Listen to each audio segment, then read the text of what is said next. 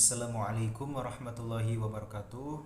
Perkenalkan, nama saya Muhammad Ramdhani. Saya dari Universitas Pendidikan Indonesia, Program Studi Ilmu Pendidikan Agama Islam dengan NIM 2102822.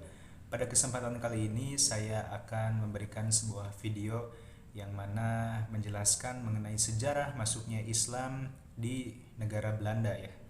Nah, adapun video ini adalah video tugas yang mana ditujukan kepada dosen pengampu mata kuliah Sejarah Peradaban Islam, yang mana dosen tersebut adalah Pak Saiful Anwar dan juga Pak Fakihudin. Adapun untuk demografis negara Belanda ini adalah salah satu negara kecil yang berada di Eropa Barat ya. Adapun untuk sistem pemerintahannya, ia menggunakan sistem monarki, yang mana sistem ini digunakan oleh negara Belanda dan juga berpusat di Den Haag. Kemudian untuk negara Belanda sendiri ya, mayoritas mereka beragama Katolik dan Protestan ya. Sehingga ajaran Islam atau orang-orang yang beragama Islam yang berada di negara Belanda termasuk kepada kaum minoritas. Namun meskipun begitu ya, Islam di negara Eropa ya, menurut dari catatan dan juga referensi yang saya baca ya, di Belanda itu merupakan salah satu penganut agama Islam terbanyak di benua Eropa, khususnya di Belanda ini ya. Nah, maka dari itu kita akan mengupas nih bagaimana sih sejarah masuknya Islam ke negara Belanda ini, kemudian juga bagaimana sih apakah ada jejak peradaban dari Islam di negara Belanda ini, kemudian juga organisasi-organisasi Islam yang ada di negara Belanda ya, juga tokoh-tokohnya. Insya Allah saya akan membahasnya. Baik, yang pertama mengenai sejarah masuknya Islam ke negara Belanda. Adapun yang bisa saya simpulkan dari beberapa buku atau referensi maupun jurnal yang saya baca mengenai masuknya Islam ke negara Belanda itu ada pengaruh dari yang pertama ya, yaitu ketika negara Belanda menjajah Indonesia ya. Kan ada dari orang-orang Maluku yang mana mereka ini dibawa ke Belanda. Kemudian orang-orang yang dibawa ke Belanda ini adalah orang-orang yang beragama Islam, sehingga mereka menyebarkan ajaran Islam di negara Belanda. Nah, salah satunya di situ. Kemudian juga ada pengaruh dari imigrasi negara Maroko ya, yang mana Maroko ini menandatangani imigrasi ke Belanda ya pada tahun 1969 ya.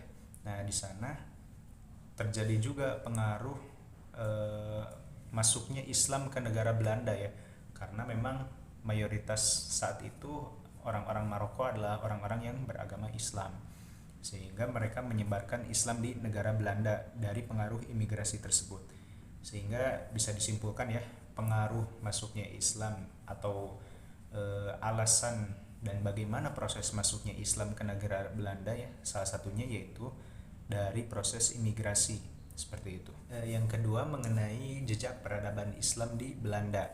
Nah, adapun untuk jejak peradabannya, salah satunya yaitu adanya bangunan masjid terbesar di Belanda, yaitu Masjid Es-Salam, yang mana Masjid Es-Salam ini ada di kota Rotterdam. Nah, di kota inilah Masjid Es-Salam didirikan. Bangunannya tuh unik ya, jadi dia bentuknya tuh bukan seperti masjid pada umumnya ya, yaitu ada khubah dan juga ada apa ya namanya, ada dekorasi-dekorasi yang menunjukkan itu masjid. Tapi Masjid Es-Salam ini lebih kepada bangunan-bangunan pada umumnya ya, seperti gedung-gedung biasa gitu. Nah, inilah yang membuat unik ya bagi saya sebagai salah satu jejak peradaban Islam di negara Belanda ya, khususnya di kota Rotterdam. Lalu ketika para pekerja Indonesia yang dibawa ke Belanda ya, orang-orang Indonesia yang beragama Islam yang dibawa ke Belanda tersebut mendirikan sebuah organisasi yang namanya itu Perkumpulan Islam ya. Nah, organisasi Perkumpulan Islam inilah menjadi salah satu jejak peradaban Islam yang ada di negara Belanda ya, seperti itu.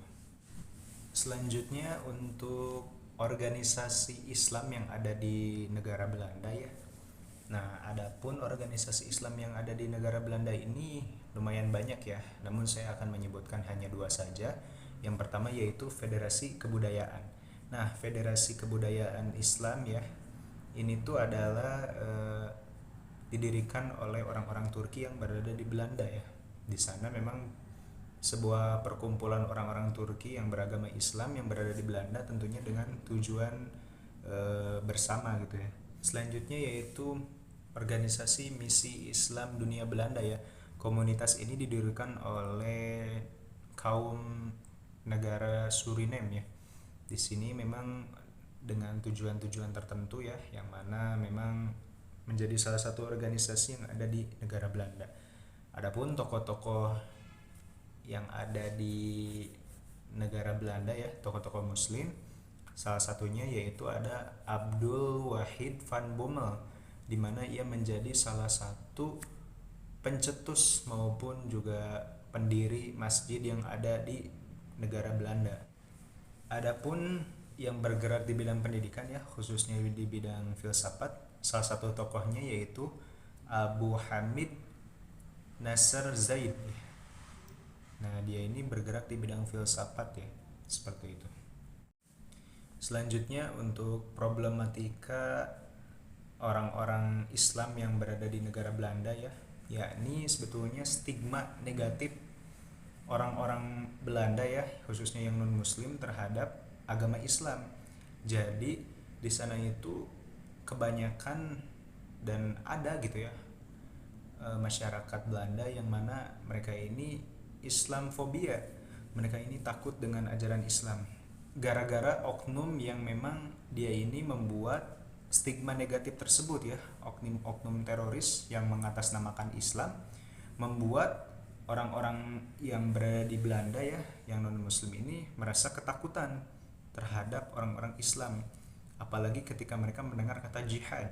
Nah, di sana mereka langsung seketika takut gitu ya, karena khawatir terjadi teroris. Nah, itu dia salah satu bahaya dan juga oknum-oknum yang mengatasnamakan Islam, yaitu kaum-kaum teroris yang mana mengatasnamakan jihad lalu mereka melakukan bom bunuh diri yang membuat orang-orang itu takut terhadap Islam. Padahal dalam Islam sendiri diajarkan ya bahwasanya kita ini la ikraha fiddin, tidak ada paksaan untuk masuk ajaran Islam. Tetapi dengan adanya bom bunuh diri dan juga yang dikatakan jihad ya oleh orang-orang teroris tersebut, mereka adalah orang-orang yang memahami Al-Quran itu tidak secara seksama ya, tidak secara tadabbur, yang mana sehingga membuat mereka ini salah memaknainya ya, dan juga bertindak semaunya dan membuat citra Islam di negara Belanda ya, khususnya umumnya di seluruh dunia menjadi negatif ya, bahkan ada istilah Islamfobia di negara Belanda tersebut.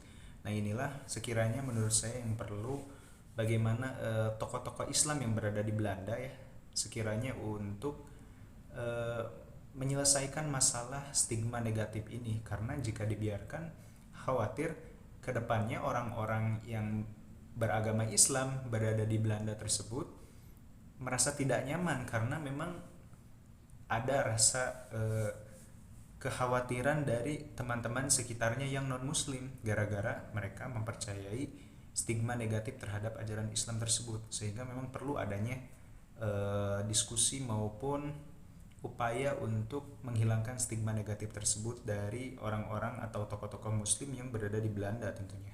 Barangkali seperti itu yang bisa saya sampaikan. Mohon maaf atas segala kekurangannya. Terima kasih. Wassalamualaikum warahmatullahi wabarakatuh.